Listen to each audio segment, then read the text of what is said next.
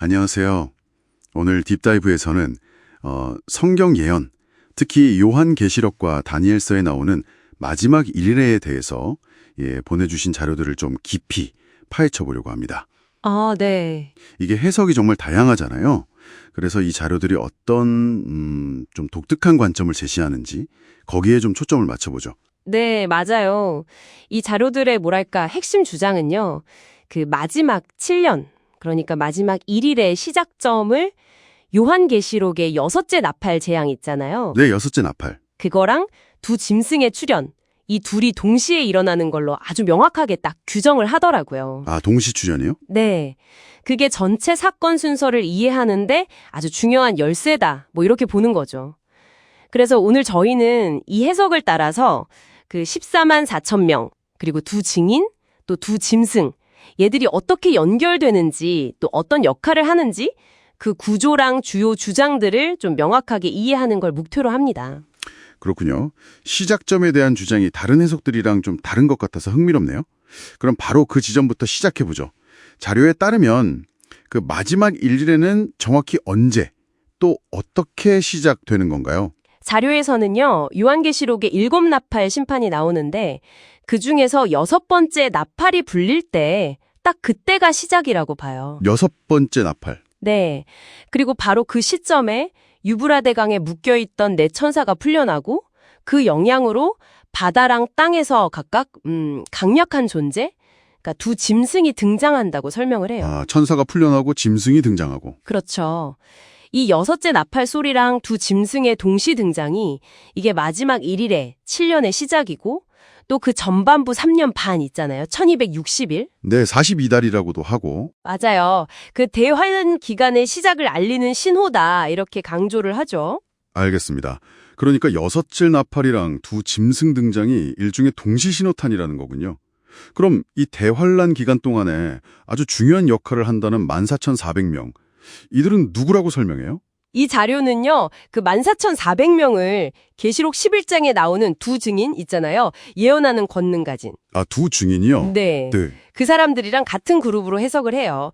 그리고 또 계시록 7장이랑 14장에도 14,400명이 나오는데 이것도 다 같은 무리로 보고요. 아, 다 같은 그룹으로요? 네. 근데 중요한 점은 이 사람들이 마지막 1회례가 시작되기 바로 직전에 그러니까 6째 인이 떼어들 때쯤에 하나님의 특별한 보호에 인침을 받는다는 거예요. 시작 직전에 인침을 받는다? 네. 그래서 이들은 늦은 비 성령을 받아서 구속받은 첫 열매가 되고 마지막 1회례의 전반기 그 1660일 동안 활동하면서 짐승 세력에 맞서서 예언하고 또 다른 성도들을 영적으로 보호하는 역할을 한다 이렇게 설명합니다. 그렇군요. 14,400명이 시작 직전에 준비되어서 전반기 내내 두 증인으로 활동한다. 이런 해석이네요. 그럼 그 전반 1260일 동안 이 14,400명, 즉 두 증인이랑 짐승 세력의 관계는 구체적으로 어떻게 그려지나요? 싸우나요? 네, 자료에 따르면 이 기간은 아주 치열한 영적 전쟁 시기예요. 14,400명, 즉 두 증인은 짐승에게 경배하지 말라고 강력하게 경고하고 예언 활동을 펼치고요. 경고를 한다. 반면에 두 짐승은 전 세계적으로 자기들에게 경배하라고 강요하고 그걸 거부하는 성도들은 박해하죠. 그런데 이 해석에서는 14,400명 자체는 하나님의 특별 보호 아래 있어서 해를 입지 않는다고 봐요. 아, 그들은 보호를 받는군요. 네. 오히려 예언의 능력으로 짐승 세력의 활동을 막고 박살낸다고 표현하는데 그런 역할을 한다고 봅니다. 근데 이 기간 동안 다른 성도들 중에서는 일부 순교를 당할 수도 있다고 언급은 해요. 14만 4천 명은 보호받지만 다른 성도들은 박해나 순교 위험이 있다. 이 격렬한 전반기 1260일이 끝나면 그럼 어떤 일이 벌어진다고 설명하나요? 이 전반기 1260일이 끝날 때쯤에요. 그 두 증인, 그러니까 14만 4천 명이 잠시 짐승에게 져서 죽임을 당해요. 아, 죽임을 당하는군요, 결국에는. 네, 잠시요. 근데 사흘 반 뒤에 아주 극적으로 부활한다고 해요. 그리고 바로 그때 7째 나팔이 불면서 그리스도 안에서 죽었던 사람들이랑 살아남은 성도들이 함께 부활하고 변화해서 공중으로 들려 올라가는 거, 첫째 부활이라고 하죠. 흔히 휴거라고도 하고요. 그게 일어난다고 설명을 해요. 첫째 부활. 네.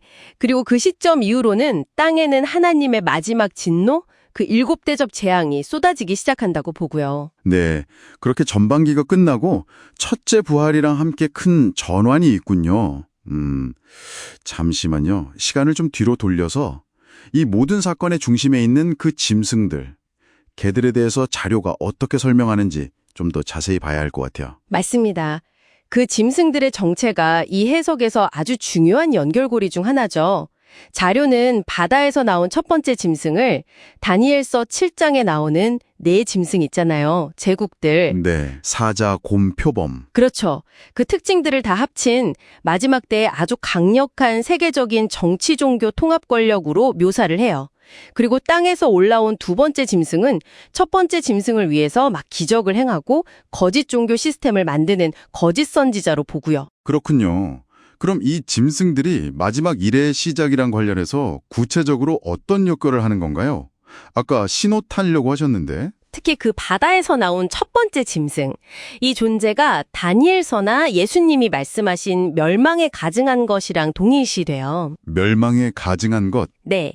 이 용어가 역사적으로는 신성 모독적인 행위를 가리키는데 이 자료는 이 짐승 혹은 그를 상징하는 우상 같은 것이 마지막 때에 거룩한 곳, 그러니까 글자 그대로 예루살렘 성전에 서는 사건이 있을 거라고 해석을 해요. 성전에 선다. 네.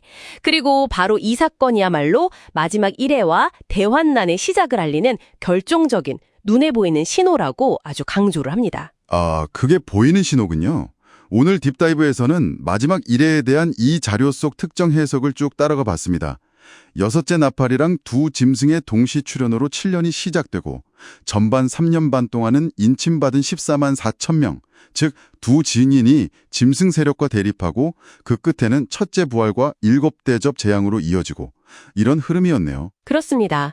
이 해석은 성경의 여러 예언 구절들을 퍼즐 조각 맞추듯이 연결해서 마지막 때 사건들에 대한 구체적인 순서랑 인과관계를 제시하려는 시도인 거죠. 특히 1444명의 정체성이랑 역할을 두 증인이랑 연결시킨 점, 또 마지막 1의 시작점을 여섯째 나팔, 짐승 출현, 그리고 멸망을 가증한 것이 서는 사건이랑 딱 연동해서 명확히 하려는 노력이 좀 돋보입니다. 그럼 마지막으로 당신이 이 자료를 보면서 좀 더 깊이 생각해 볼 만한 질문을 하나 던져보겠습니다.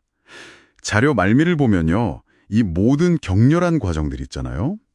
인침받은 자들의 사역, 순교자 수가 차는 것, 짐승 세력과의 싸움과 심판, 이런 것들이 궁극적으로는 피조물들의 자유의지 완성이라는 어떤 더 큰 그림과 연결된다. 이렇게 암시를 하거든요. 아, 자유의지 완성이요? 네. 어떻게 이 예언된 대립과 심판의 과정들이 결국에는 죄와 죽음이 완전히 사라지고 창조 세계가 온전히 회복되는 그런 결과로 이어진다고 볼 수 있을까요? 이 심오한 연결고리에 대해서 당신 스스로 더 깊이 탐구해 보시는 것도 꽤 의미 있는 작업이 될 것 같습니다.